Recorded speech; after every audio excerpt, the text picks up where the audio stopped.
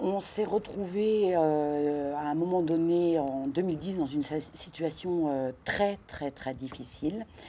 On était en période de crise, un chiffre d'affaires qui avait chuté de 80%, des difficultés de trésorerie, plus d'objectivité, le néant complet. Néant.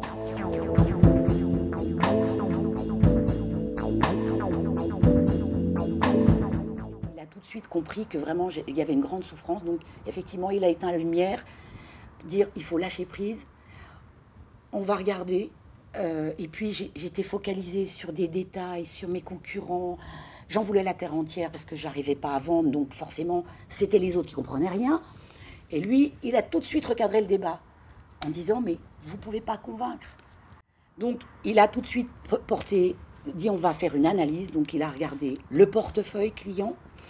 On a revu la stratégie des principaux concurrents.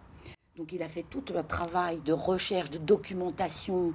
Posez-vous et regardez, analysez, et après on en discute et on va évaluer. Et puis il a regardé aussi notre offre, comment on était positionné et comment elle était formalisée. Donc il a pris le temps de m'accompagner là-dessus, ne serait-ce que pour me laisser le temps de respirer déjà, avant de dire on va faire les objectifs. Il n'empêche quand même qu'au bout d'une heure du premier entretien, il m'a regardé et il m'a expliqué que j'avais affaire à j'avais plutôt des contacts avec des techniciens des entreprises, des responsables qualité. Il m'a dit, je pense que vous ne rencontrez pas les bonnes personnes. Et il m'a dit, mais je pense que vous pouvez le faire. Vous devez passer le cap et rencontrer des dirigeants.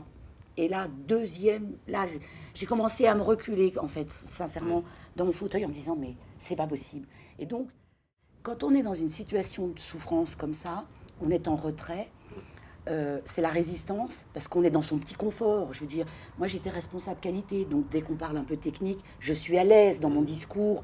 Et donc là, il me proposait d'aller rencontrer des dirigeants. Donc mon premier argument en disant, moi c'est pas possible. J'ai pas fait de hautes écoles, j'ai pas de carnet d'adresse, j'ai pas de réseau, donc de toute façon, je peux pas rencontrer des gens comme ça. Et lui, non, mais il m'a dit, mais bien sûr, il y a des techniques, on va travailler tout ça, et ça va être tout l'objet du travail. Et puis il m'a dit, avant d'aller épuiser, parce qu'il y avait quand même une situation qui était très urgente, d'aller chercher des nouveaux contrats, il m'a dit, il faut déjà travailler sur vos clients de proximité.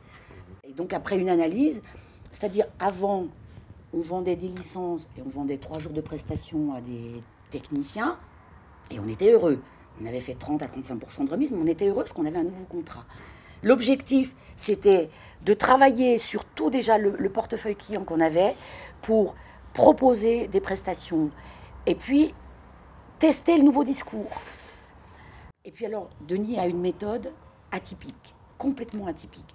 Il y a la base, il explique le pourquoi, le comment, il vous fait travailler et il vous demande d'aller, donc dans le cadre d'une démarche apprenante, c'est d'aller, de tester et de s'accorder le droit à l'échec. Et là, c'était pour moi la plus grosse des difficultés. Je ne comprends pas l'échec. Donc ça a été un autre axe de travail qu'il m'a proposé en disant, il faut s'accorder le droit à l'erreur, à une condition. La seule condition, c'est de dire, quand ça n'a pas fonctionné, il faut être objectif, se poser. Je suis plutôt instinctive et intuitive, donc c'était pas forcément très évident. On avait des séances, donc Denis suivait sa progression. Il y avait eu un incident, j'étais pas dans un meilleur état, donc on pose tout, on part sur autre chose, on traite le problème tout de suite pour que je puisse évacuer en fait, et puis que je puisse continuer à progresser. Je suis centrée sur l'entreprise, mes clients, leurs besoins, donc c'est quand même important. Donc depuis ce que j'ai gagné, donc on a rapidement engrangé des résultats, donc qui m'a permis de retrouver un peu de sérénité. J'ai plus d'angoisse, effectivement, de dire à un moment donné, il faut que je passe au-dessus, je vais aller voir le dirigeant. Où on mettait 18 à presque 24 mois pour vendre, on a réduit les cycles de vente, on vend au prix, donc aujourd'hui on est à peu près en termes de prix à 38 à 42% plus cher que ce qu'on vendait avant. Donc c'est quand même confortable, mais c'est les prix aujourd'hui de notre savoir-faire et de notre compétence et de ce qu'on apporte, parce qu'aujourd'hui on dit aux clients, on va calculer les gains générés. L'avantage que moi je vois par rapport à cet accompagnement, il est personnalisé. Denis a une grande qualité, c'est le respect de l'humain.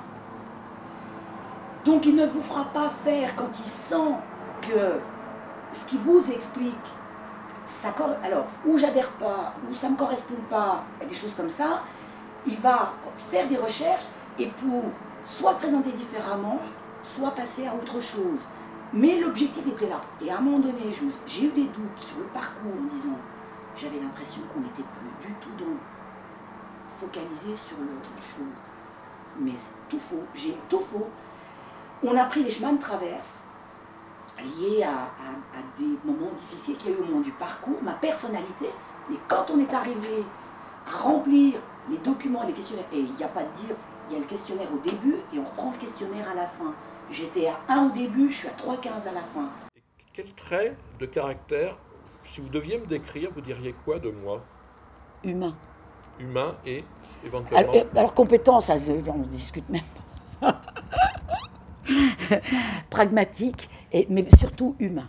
Surtout humain. Et une écoute, et c'est d'ailleurs en vous regardant faire, en fait, pas tout de suite, mais en analysant après les séances de travail qu'on avait suivies, dans le terme de questionnement et d'écoute, que moi aujourd'hui j'applique quand je vais en prospection.